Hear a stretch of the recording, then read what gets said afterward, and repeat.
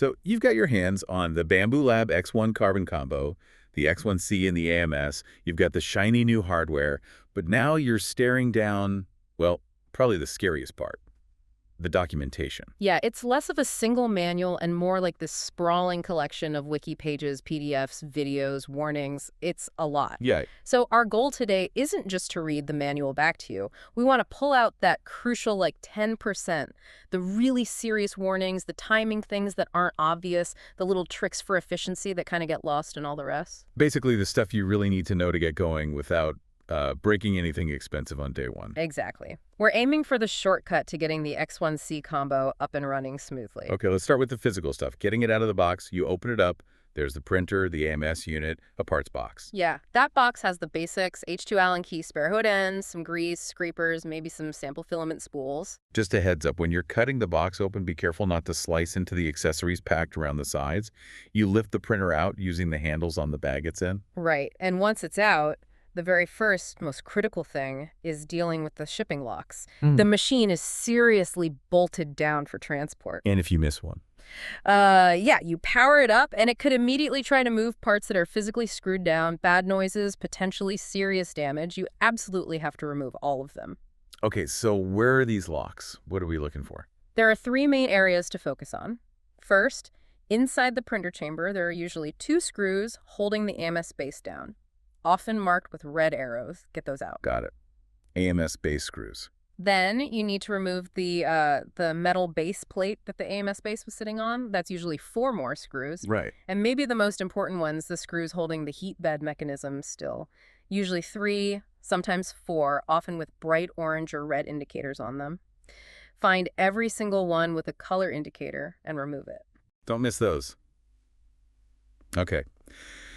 While we're poking around inside, there's that notorious piece of foam. Ah, yes, the poop chute foam. Yeah. That little channel at the back where waste filament gets ejected. You have to remove the foam blocks stuffed in there. If you forget, the waste filament just backs right up into your print area. Messy. And another quick tip while you're dealing with internal packaging, the tool head cover is magnetic. It pops right off. But be gentle. The fan cable connected underneath is super short. Don't just yank the cover off or you might damage the connection. Just lift it carefully and check for any foam or cardboard around the tool head itself. Okay, locks removed, foam out, now connecting the bits. The screen first. Yep, the screen. Handle that ribbon cable very gently. Connect it to the back of the screen. Slide the screen into the slot on the printer. SD card slot faces right, and then slide it left to lock it in place. Pretty simple, just needs care. Now for the AMS, the automatic material system. This is the heart of the combo part, right? For multicolor printing. Exactly. It usually sits on top of the printer. Make sure the little lock tabs underneath it are unlocked when you place it. Then you connect it to the filament buffer unit on the back of the printer. Okay, connections at the back. There are tubes and cables. Walk us through that. Sure. 4 key connections. First, the PTFE tube from the AMS itself goes into the left connector on the filament buffer. AMS tube to buffer left. Got it. Then another PTFE tube goes from the right side of the buffer, and that plugs into the PTFE coupler on the back of the printer, leading to the extruder. That's the filament path sorted. Okay, tubes done. Now the cables, power and data. Right. There's a 6-pin cable that runs from the bottom port on the AMS unit to the left side of the filament buffer. AMS 6-pin to buffer left. Okay. And now, the critical one, the one cable that requires extreme caution. It's a 4-pin cable, often with an L-shaped plug. This runs from the bottom port on the buffer to the 4-pin port on the back of the printer itself. Why is this one so high stakes? Because the guides are very clear on this. If you plug that 4-pin cable in the wrong way, reverse the polarity, you risk burning out the main boards, not just on the printer, but on the AMS too. Wow. Okay. So double check, triple check that orientation. Look for any markings on the plug. Absolutely. Take your time. If it's the L-shaped plug, there's usually text or an indicator showing the correct way. Get this one wrong, and you've potentially bricked your brand new machine before the first print. It's probably the single most catastrophic assembly mistake you can make. That is a serious heads up. Okay, assuming we survive the wiring, we flip the power switch. 0 is off, 1 is on. Classic switch. Then it boots up, select language, region, connect to your Wi-Fi, standard stuff, then bind it to the app. Yeah, download the Bamboo Handy app on your phone, log in or create an account. The printer screen will show a QR code. Scan that with the app, and it binds the printer to your account. And that's important for the X1C specifically, right? For remote control. It's very important. It enables remote printing, monitoring, and crucially for the X1C, that live video feed from the built-in camera. But hang on, before we get too far into software, remember that foam under the heat bed? Oh yeah, the piece we left inside. I always feel like I should rip everything out immediately. Well, here's a neat trick the guides mention, kind of a learner's moment. Don't wrestle with that foam piece when the printer is off. Instead, power up, connect to Wi-Fi, do the binding, and then start the first initial calibration process from the screen menu. Okay, what happens then? During that first calibration, the heat bed automatically moves all the way up, lifts right up high inside the chamber. Exactly. It completely exposes that foam underneath, making it super easy to just reach in and pull it out. No fuss, no struggling in the dark under the bed. That's actually a really clever timing tip. Saves some awkward reaching. Okay, so calibration runs. It's going to be loud, right? Lots of vibration. Oh yeah, expect some noise and shaking. That's normal. Once it finishes that initial run, the very next thing you should do is check for firmware updates. On the screen, go into settings. Update both the printer and the AMS, if available. Absolutely, get everything onto the latest version. But here's the critical rule that follows. After you successfully update the firmware for either the printer or the AMS, Yes. you must immediately rerun a full, complete calibration cycle. Why? Does the update mess up the calibration? It can, yeah. Firmware changes how the printer understands its movement, its limits, its coordinates. Skipping the recalibration after an update is a super common cause of weird print failures, first layer problems, even the nozzle crashing into the bed. So update firmware, then immediately run calibration again, every time. Every single time. It lets the machine relearn its physical space with the new software, especially using that micro LiDAR sensor under the tool head. That sensor is key for the X1C's precision, measuring test lines for flow rate. It needs that post-update calibration to work correctly. Got it. Okay, one more hardware bit before we talk filament. The SD card. Right. There's a slot on the side of the screen unit. Pop in a micro SD card. You need to format it using the printer's settings menu. Look for the gear icon. And what does the SD card enable? Two main things. First, video recording for time lapses. Default is 1080p on the X1C.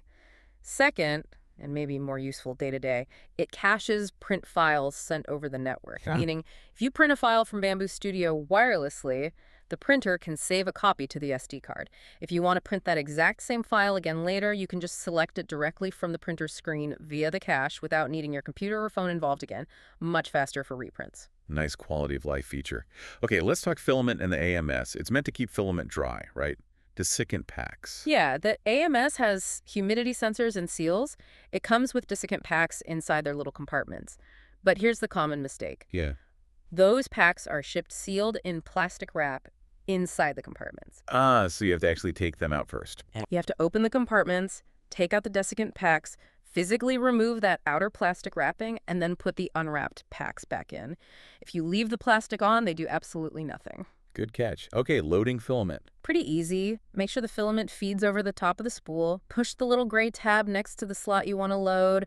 Feed the filament in maybe 2 centimeters or so, and the AMS should detect it and automatically pull it the rest of the way in. And it identifies Bamboo filament automatically. Yeah. With RFID. Yes. If you're using official Bamboo Lab spools with the RFID tag, the AMS reads it and automatically knows the filament type and color. Super convenient. Okay. But that information is locked. You can't manually change what the RFID tag says. So if you use any third-party filament or even a Bamboo spool where the tag fails, you have to go onto the printer screen or into Bamboo Studio and manually tell the AMS what type and color of filament you loaded into that slot. Okay, so RFID is handy, but a bit restrictive for non-Bamboo filaments. What about unloading, if it gets stuck? Usually you just use the unload function on the screen. If a spool gets stuck, like maybe after a power outage or something, the rollers might be engaged. Gently push the filament spool towards the front of the AMS unit, then pull it back slightly. That should help disengage the feed gears, and then you can pull the filament out manually. Gotcha. Now, are there filaments the AMS just can't handle? Compatibility limits? Definitely. The main offenders are materials that are too soft and squishy, like very flexible TPU. Specifically, TPU 95A is often cited. They can bind up in the long PTFE tubes. Okay, no super flexibles? What else? Also, materials that are too brittle or too abrasive, think some of the really heavily filled carbon fiber or glass fiber filaments, they can jam, or worse, wear down the internal mechanisms of the AMS over time. Damp PVA support material can also be problematic. So for those kinds of materials, soft TPU, abrasive composites, what's the solution? You have to bypass the AMS entirely and use the spool holder on the back of the printer. Load the filament directly into the back by passing the buffer and AMS. And we used to have to physically unplug that scary 4-pin AMS cable to do that, right? That used to be the procedure, which was nerve-wracking. But thankfully, newer firmware version, OTA 1.1.0.0, and later fixed that. How does it work now? Much easier. When you go to start a print job, either from the slicer or the screen, there's now an option, usually a checkbox, that says something like Enable AMS. You just uncheck that box. Oh, okay. The printer then knows you don't want to use the AMS for this print and will automatically try to load filament from the rear spool holder instead. No cable unplugging needed anymore. Big improvement. Huge relief. Okay, let's switch gears to the software side. Bamboo Studio. It's their slicer. Right. It's based on Prusa Slicer, which many people know, but it's heavily optimized for Bamboo printers, especially the X1 series. Yeah. Once your printer is bound to your account and on the same Wi-Fi, you can send sliced files directly from Studio to the printer wirelessly. Cool. Any immediate tips for setting up Studio for better use? The sources mentioned view settings. Yes, this is a really good one for accurate prep. By default, Studio often opens in perspective view. It looks kind of nice, gives you that 3D depth effect. But perspective view inherently distorts the view, especially towards the edges of the build plate. It can make it hard to judge if a model is truly flat on the plate or exactly how close objects are to each other. So what's the better option? Switch to orthogonal view. It's usually under the view menu. Orthogonal view removes all perspective distortion. It gives you a flat top-down or side-on view that's mathematically accurate. Much better for precise placement and checking orientation. Orthogonal view. Got it. Anything else in the view menu? Yeah, enable show overhangs. Again, under the view menu. This highlights any areas of your model that overhang too much, usually shown in red. It's a quick visual check for where you'll definitely need to add support structures. Okay, useful view settings. Now, actual slicing settings. Efficiency. What's the lowdown on walls and infill? So, Bamboo Studio calls perimeter walls wall loops. That's just how many outlines the nozzle draws for the outer shell. Infill is the pattern inside the model. The default is often 15% grid or something similar. Is 15% usually necessary? Honestly, for a lot of models, especially visual ones or ones without huge structural loads, 15% infill is overkill. You can often drop it down to 10%, maybe even 5% using certain patterns like gyroid, and save a significant amount of print time and material without really compromising the part's function. Worth experimenting with. Good tip. Yeah. Now, supports, especially when using the AMS with multiple materials, maybe a main material and a dedicated support material like PVA or breakaway. Right. This is where a huge potential time saving lies, but it's a bit counterintuitive. The default thought is print object in material A, print all supports in material B, the support filament. Yeah, sounds logical. But the slowest part of multi-material printing isn't the actual extrusion, it's the filament change process. Every time it switches from material A to B or back, it has to cut the filament, retract it, purge the old stuff, load the new stuff, purge a bit more. It takes time, lots of time. Okay, so how do we optimize that? The trick is to minimize those changes. In Bamboo Studio's support settings, you can often specify different materials for the base of the support structure versus the interface layer, that thin layer right where the support touches the model. Ah, I see where this is going. Exactly. Set the main support base to print using the same material as your main model, material A. Then only use the dedicated support filament, material B, for that crucial thin interface layer. So most of the support prints fast with no filament changes, and you only swap to the special support material right at the very top where it matters for easy removal. Precisely. The sources showed examples where this strategy slashed the number of filament changes drastically, like from 144 changes down to maybe 38, and that cut a 7.5-hour print down to about 4 hours.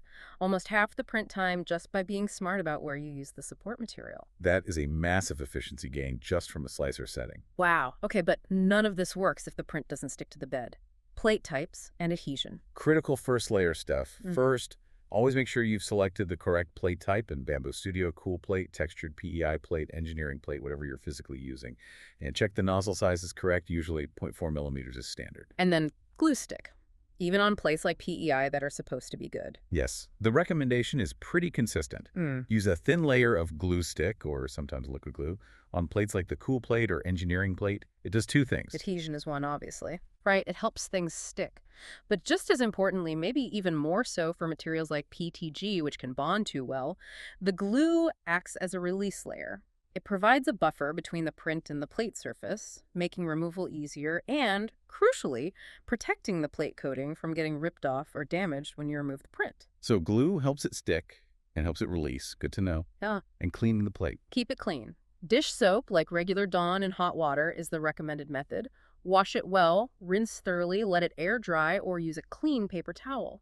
What not to use? Definitely do not use acetone. It can damage the coating on many of the bamboo plates. Also, try really hard not to touch the print surface with your oily fingers before printing. Oils are terrible for adhesion. Okay, plate care sorted. Let's move to machine maintenance. Keeping the X1C itself happy. Carbon rods. Right. The smooth black rods that the print head moves along on the X and Y axes. These need cleaning, not lubricating.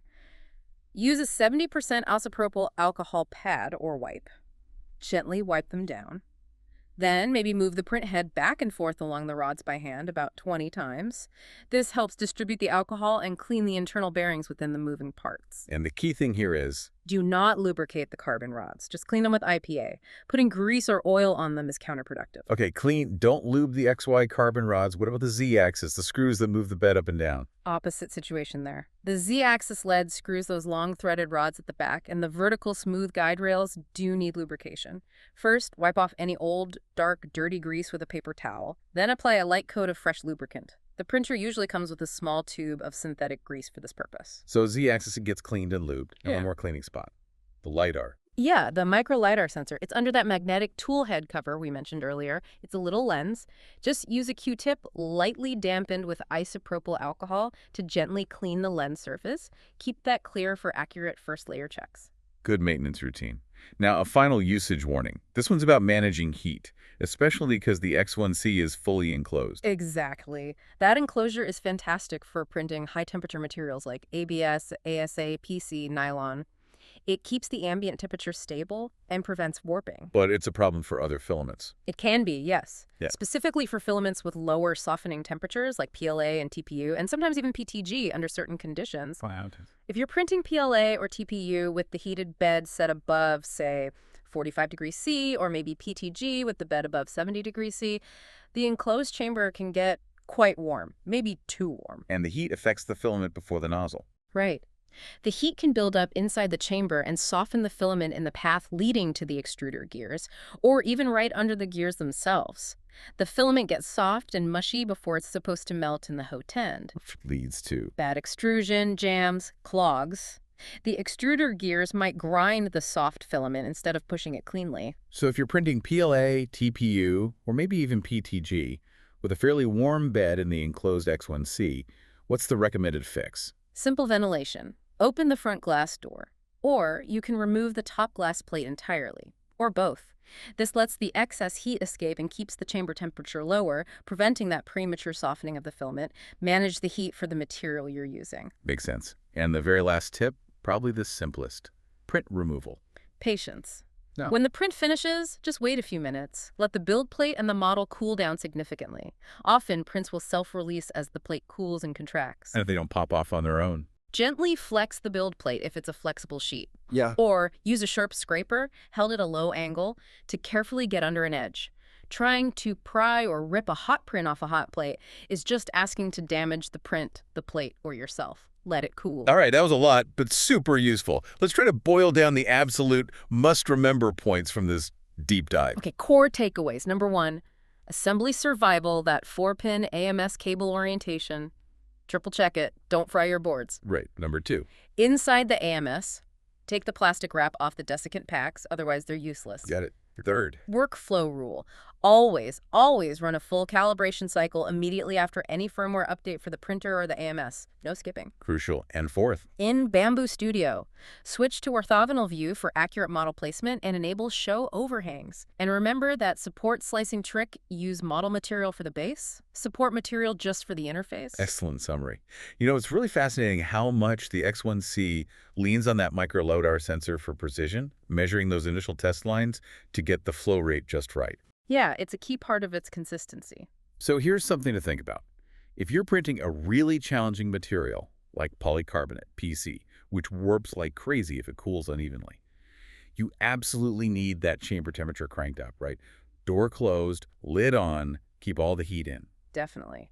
Maximum stable heat is critical for something like PC. But that means the LiDAR sensor, which is doing its sensitive first layer inspection by looking at the extruded lines, is operating inside that really hot enclosed environment. Interesting point. So the question to ponder is, how might maintaining that necessary very high chamber temperature for a tricky material like PC potentially interfere with or influence the LiDAR's measurement accuracy during that critical first layer calibration? Could keeping the chamber hot enough for the material introduce subtle trade-offs in the precision the LiDAR is aiming for? Yeah, that's a great question. Does extreme ambient heat affect the LiDAR's optical reading or the way the plastic lays down during the measurement in ways the system doesn't fully anticipate? What unexpected quality nuances might arise from that interaction between high-temp printing needs and high-tech first-layer scanning? Exactly. Something for you to explore as you really start pushing the boundaries of the machine.